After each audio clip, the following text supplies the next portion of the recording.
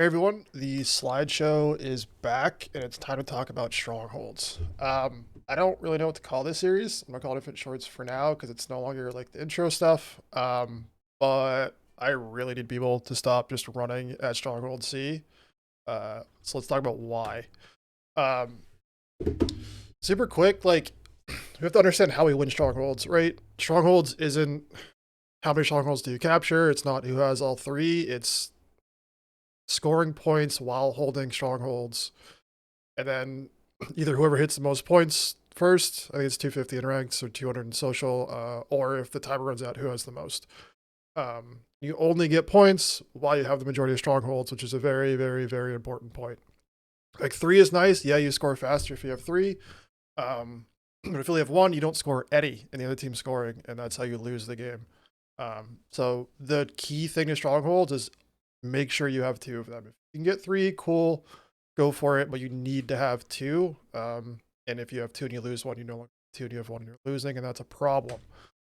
So why is taking C such a bad idea?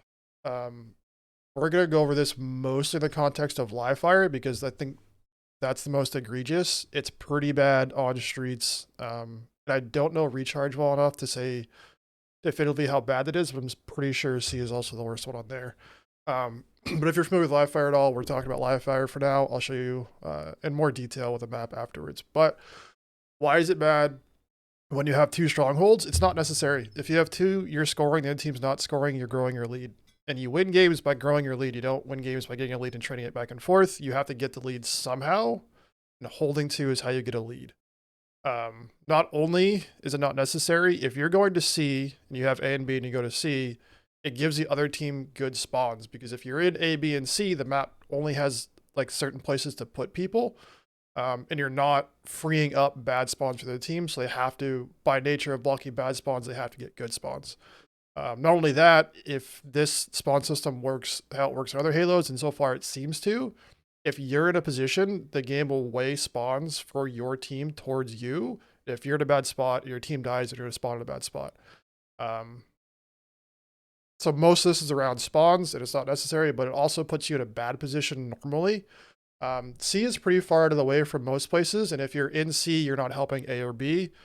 This isn't strictly true, but it's something to think about where you have to know why you're going to C, and normally going to C puts you in a bad position to help with A and B. So what do you do if you're not taking C? If you're not taking C, you need to work around spawns. The reason I chose this as the first like Halo Infinite concept video is it really, really, really hammers in the idea of controlling enemy spawns, knowing where they're spawning, and then playing around those spawns because this game is really, really, really dependent on playing around spawns. I think most pros would agree that it plays more like Halo 3 than it does Halo 5. There is a skill gap. I didn't play enough Halo 5 to know if it's decreased or like what the actual gap is there, but I mentioned this in the like 3 things to work on video where it's really, really hard to take and force wins in 1v1 fights. So a lot about this is just staying alive and dealing damage, not taking like 100 to 0 one-on-one fights. So doing that, if you know where the team's spotting, you can get some damage in and stay alive. Sorry, that's a pretty big sidetrack, but if you're not taking C or work on spawns, you also want to help where it's needed. So if you're in C, it's really hard if someone's pushing A to help there, or same with B. So you can be in better spots to help your team take A and B. I really like playing the B stronghold, but the guy I play with the most, Quota, likes to play around sandbags and A, which is again a really good spot to shoot like most of the map and stay alive and get to places quickly. So sort of in relation to these two is to position yourself to make the life as difficult as possible for the other team.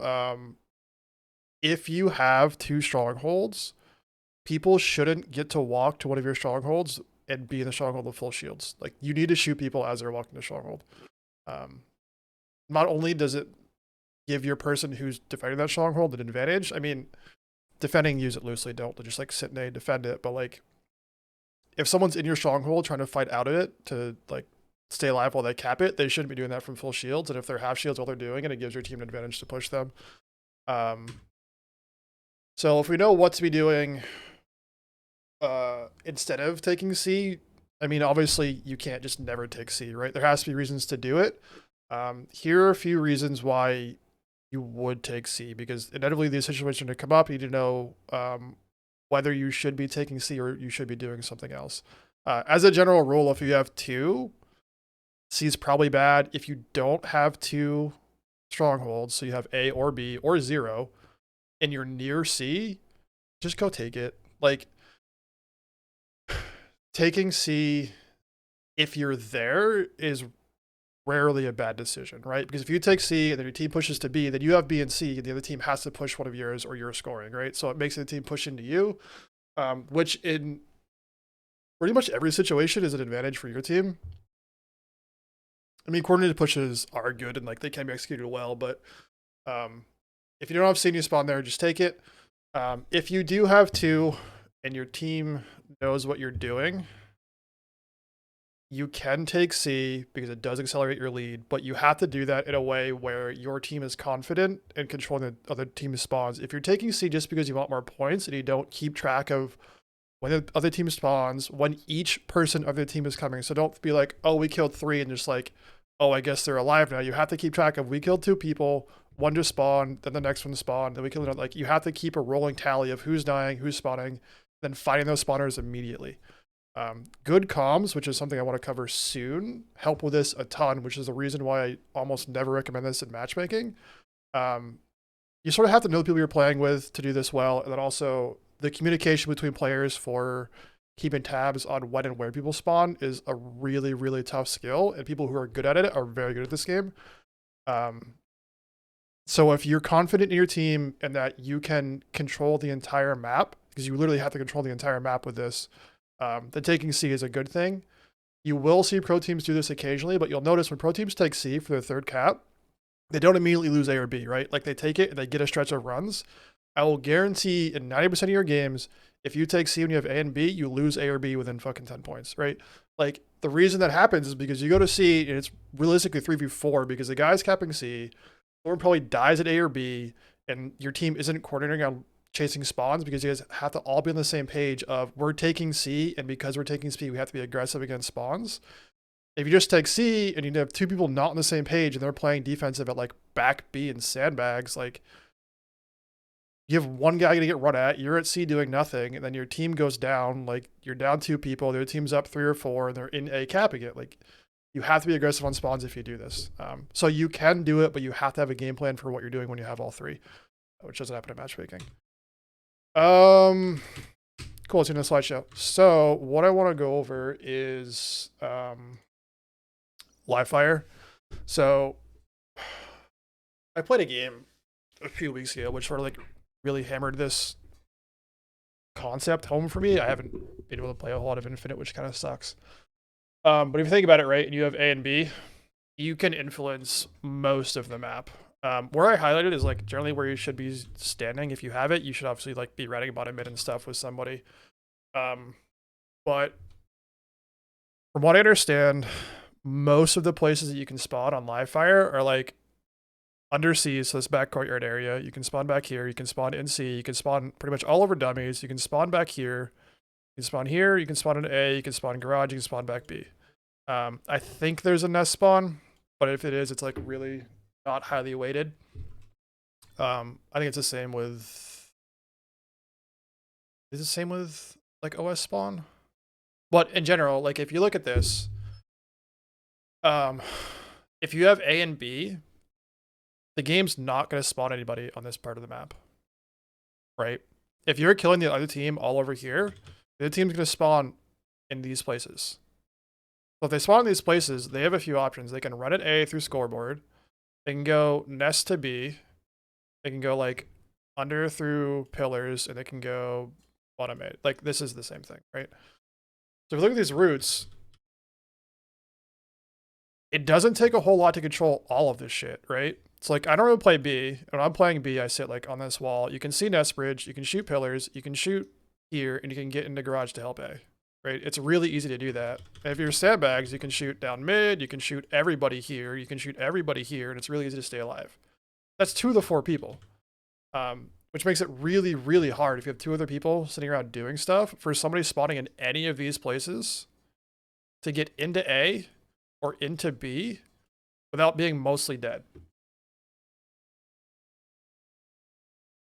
right? So like if you're not wasting time over here forcing people to spawn in your fucking strongholds, you can do so much to prevent people getting A and B. And if you're over in C, you block out all of these spawns.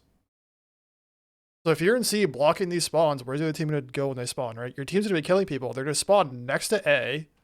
I've seen a bunch of split spawns here, like in garage, because people will play like up in sandbags, they'll play in this window, they'll play on B. That unblocks this spawn here. Which is like, they go straight to B, they go straight to A. It's just really shitty. But if you don't block these spawns, and your whole team is in like this section of the map, right? They're going to spawn them over here. So stop fucking spawns, man. You can extend this, and you should extend this to pretty much every game type and every map. The concept is the same. It's really important in flag games. At least in Halo 3, and I'm probably going to see this a lot more in Halo Infinite when I like get more time to play the game and understand it better. You don't like be on your side of the map and mid-map, kill 3 people, and immediately run to the flag and pull it. You like slay your way to their side. You get a few kills while you're on their side of the map so you can influence bad spawns for them, and then you run the flag the other way. I see this already developing on Aquarius, where you push in through car side or utility. So for those who don't know, there's like the side of Aquarius, it's like boxed in. There's like the little square stair room with the boxes on the side of your base. That's utility. I think some people call it engine. That's car side.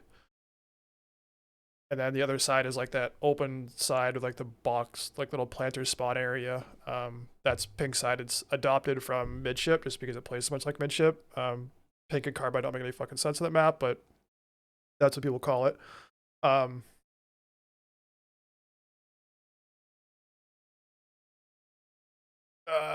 My computer crashed. Does this constantly. I can't stream because my computer dies, and I guess recording for 12 minutes kills my PC. So we were talking about Aquarius and running flags. So what I was saying is pro teams will highlight red. Instead of pro teams from like here and try to pull a flag this way, they will slay their way in. They'll set up someone here and they'll push into closet, which forces these spawns, and then they'll run the flag this way, right? Because if you have throwing the flag, someone here, and someone here, the flag's going this way. It's really hard for the other team to push out of the spawn and stop a cap. Which is in line with the same idea of stopping people from actually getting to your strongholds. Bring that to flag, you can bring it into like oddball, it's the same idea. If you're holding ball here and you're forcing spawns here, you can like set people up here and here and here, and they can't like get to your ball, right? Which is why I see Slayer played so slowly, because you need to control spawns, but these maps are a lot different than is different the right word? It's hard to push people on this map. So if the team gets like a decent spawn, you can like push into them. You have to let them make mistakes. We saw that a lot with the Recharge Slayer games. So in conclusion, stop taking C because it fucks up spawns. You can do a lot better shit with your time than getting a third stronghold for no reason. Yeah, that's where we are. I need a better name for this series. It's not really short, really, like what, 15 minutes now, but I mean, these aren't intro to Halo things. They're not like quick tips. So if anyone has any idea for what to call this shit, let me know. But you guys have been great. Comments have been super nice. People are subbing, which is also weird and nice. I'm gonna go figure out how the fuck to edit this together because I don't edit videos and now I have to edit a video. That's it. Thank you. Bye.